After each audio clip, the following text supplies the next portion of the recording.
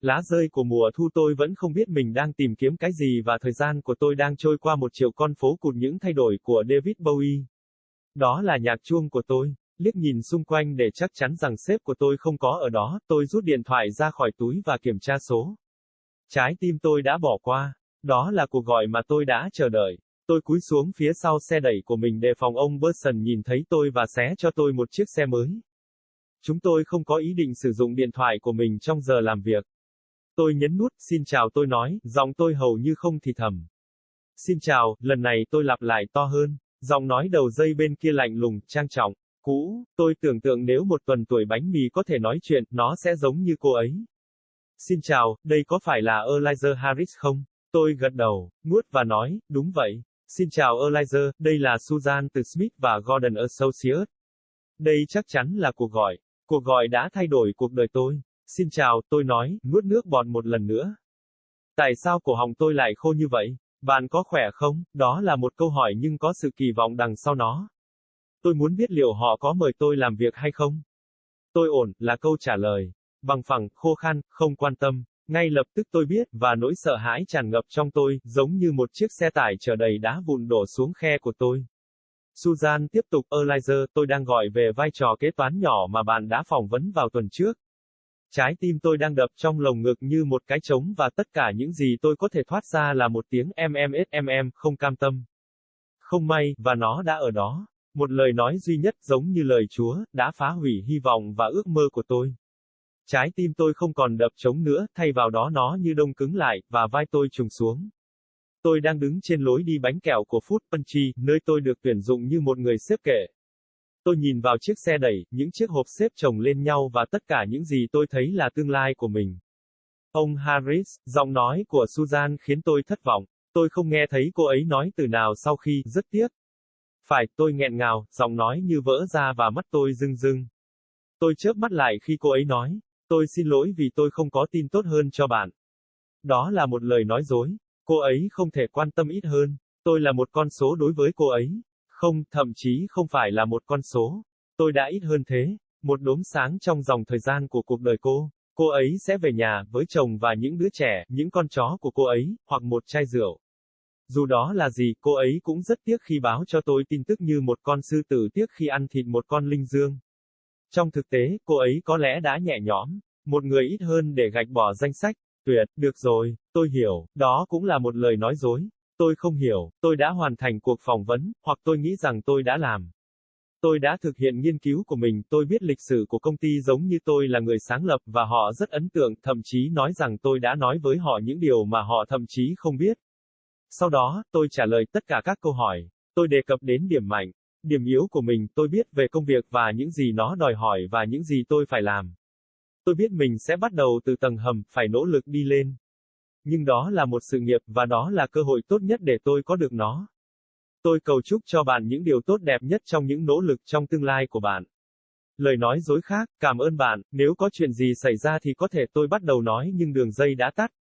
Tôi nhìn chằm chằm vào điện thoại của mình. Cô ấy đã cúp máy. Tên tôi đã được đánh dấu và cô ấy có thể đang gọi ứng viên thành công hoặc không thành công tiếp theo. Tôi nhắm mắt và siết chặt điện thoại của mình vừa đủ để nó kêu cót két.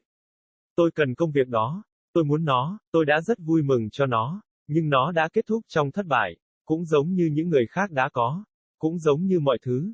Tôi mở mắt và nhìn lên. Không phải ở mái nhà, mà ở bên ngoài nó. Quá khứ bầu trời, qua các ngôi sao, các hành tinh và các dạng sống khác. Lên đỉnh của vũ trụ nơi tôi cho rằng một sinh vật cao hơn. Chúa, Allah, Phật, quái vật, spaghetti biết bay, bất kể nó là gì. Tôi không biết mình có thể làm được bao nhiêu nữa trong số này, tôi đã nghĩ cho bất cứ ai đang nghe. Tôi đã cho bất cứ ai đó là một cái nhìn nói rằng hãy cho tôi nghỉ ngơi, cho tôi một cơ hội. Eli, giọng nói vang lên trên lối đi và tôi chớp mắt. Chúa, Eli, giọng nói lúc này gần hơn, và quen thuộc, đó không phải là Chúa, đó là ông chủ của tôi, Bernard. Tôi không trả tiền cho bạn để đứng nhìn chằm chằm vào mái nhà, anh ta nói theo cách thông thường của mình để nói với tôi. Như thể anh ta nghĩ tôi là một con bò đáng bị bóp chết. Xin lỗi, Bernard, tôi nói, quay lại xe đẩy. Bernard thấp chắc nịch với mái tóc dày xéo trên tấm pate trong một lời phủ nhận đáng buồn về trứng hói đầu rõ ràng của mình. Môi anh lúc nào cũng lấm tấm mồ hôi, khiến bộ ria mép mỏng như bút chì giống như một chiếc bè giữa đại dương. Ông Burson, anh ta nói, Mr. Burson, tôi lặp lại. Và anh ấy bước đi tìm thứ gì đó khác để nitpick hoặc ai đó khác để đặt hàng. Tôi thở dài, nhìn về phía trên một lần nữa, và quay trở lại làm việc. Tôi hoàn thành công việc vào giờ ăn trưa và bỏ đi với tâm trí về công việc thất bại, tôi đã sai ở đâu? Đang lặp lại cuộc phỏng vấn trong tâm trí tôi và thay vào đó tôi nên nói những gì? Ngày hôm đó thật mát mẻ và u ám và tôi thu mình trong chiếc áo khoác cố gắng tránh đi cái lạnh. Lá mùa thu nhảy múa xung quanh. Falling leaves of autumn, I still don't know what I was looking for, and my time was running wild, A Million Dead-End Streets, Changes by David Bowie. It was my ringtone. Glancing around to make sure my boss wasn't around, I pulled my phone out of my pocket and checked the number. My heart skipped. It was the call I was waiting for. I ducked down behind my cart just in case Mr. Burson saw me and ripped me a new one. We weren't meant to be on our phones during work hours. I pressed the button. "Hello," I said, my voice barely a whisper. "Hello," I repeated, louder this time. The voice on the other end was cold, formal. Stale. I imagine if week-old bread could talk it would sound like her. "Hello, is this Elijah Harris?" I nodded. Swallowed and said, "Yes, it is. Hi Elijah, this is Suzanne from Smith & Gordon Associates." This was definitely the call. The call that was going to change my life. "Hi," I said, swallowing again. Why was my throat so dry? "How are you?"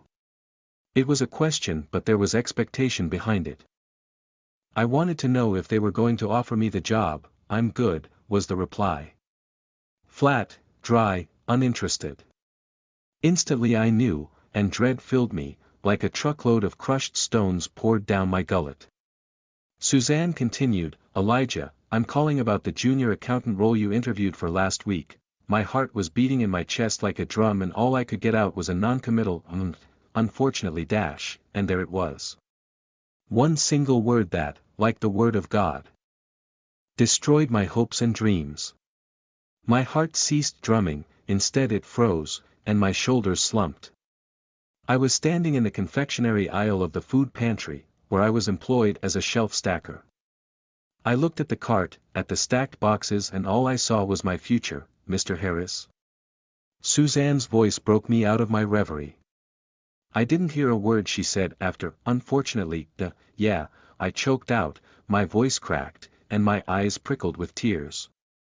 I blinked them back as she spoke. "I'm sorry I don't have better news for you." That was a lie. She couldn't have cared less. I was a number to her. No, not even a number. I was less than that. A speck in the timeline of her life. She would go home, to her husband and kids, or her dogs, or a bottle of wine. Whatever it was, she was about as sorry to give me the news as a lion was sorry to eat an antelope. In reality, she was probably relieved. One less person to cross off the list. Yeah. It's okay. I understand. That was also a lie. I didn't understand.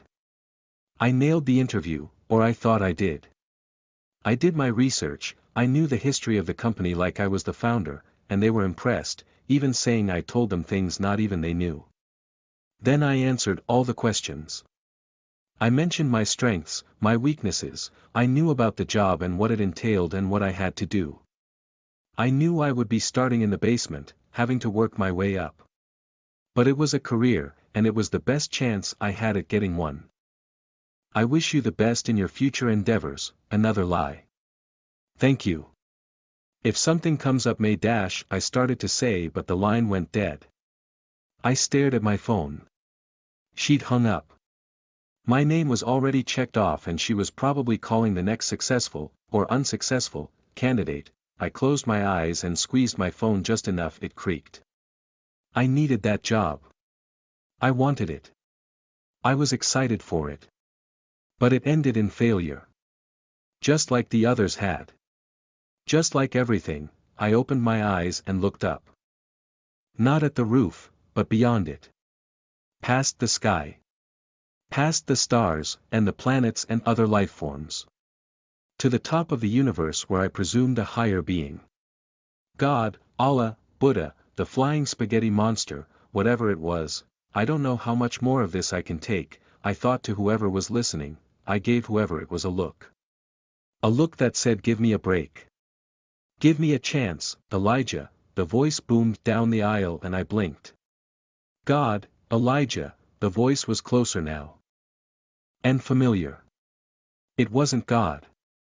It was my boss, Bernard. I don't pay you to stand around staring at the roof, he said in his usual way of speaking down to me, like he thought I was a bug worth squashing. Sorry, Bernard, I said, turning back to the cart. Bernard was short, stocky with stringy hair spread across his pate in a sad denial at his obvious baldness. His lip was always sweaty, making the pencil-thin mustache look like a raft in the ocean. Mr. Burson, he said. Mr. Burson, I repeated. And he walked off to find something else to nitpick or someone else to order around. I sighed, took one more look above me, and went back to work. I finished work at lunchtime and left with my mind on the failed job, where I went wrong. Replaying the interview in my mind and what I should have said instead.